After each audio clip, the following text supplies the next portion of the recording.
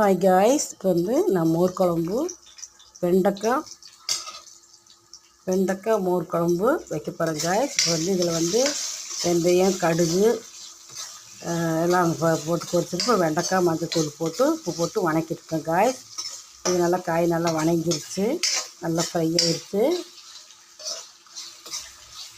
அடுத்து காய்ஸ், மோர் குழம்புக்கு இந்த தயிர் எடுத்து வச்சுருக்கிறேன், இது பிளெண்ட் பண்ணணும்.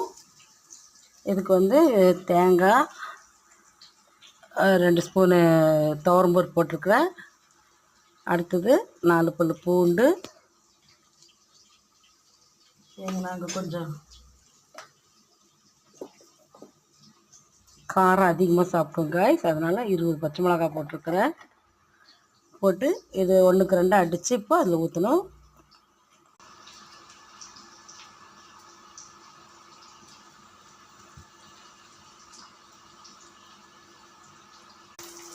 காய்ஸ், மசாலா என்ன போட்டேன்னு காமிச்சேன். அதுலேயே வந்து தயிர் அரை லிட்டர் தயிர் ஊற்றி நல்லா பெண்ட் பண்ணிட்டேன் காய்ஸ், மிக்சியில் அடிச்சிட்டேன். அடுத்தது வெண்டைக்காய் நல்லா ஃப்ரை ஆகிடுச்சு.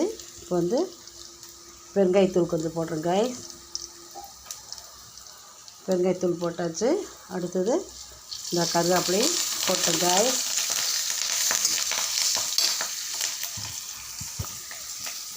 இப்போ நல்லா இது ஃப்ரை ஆகிடுச்சு.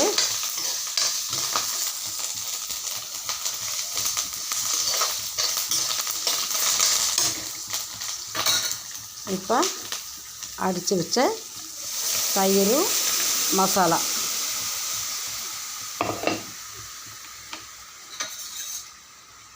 ஊற்றிடு காய்ஸ்.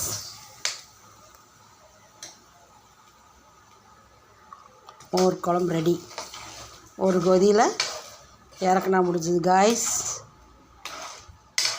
இது செட்டிநாடு மோர் குழம்பு காய்ஸ். திஸ் நேம் செட்டிநாடு வெண்டைக்காய் மோர் குழம்பு காய்ஸ்.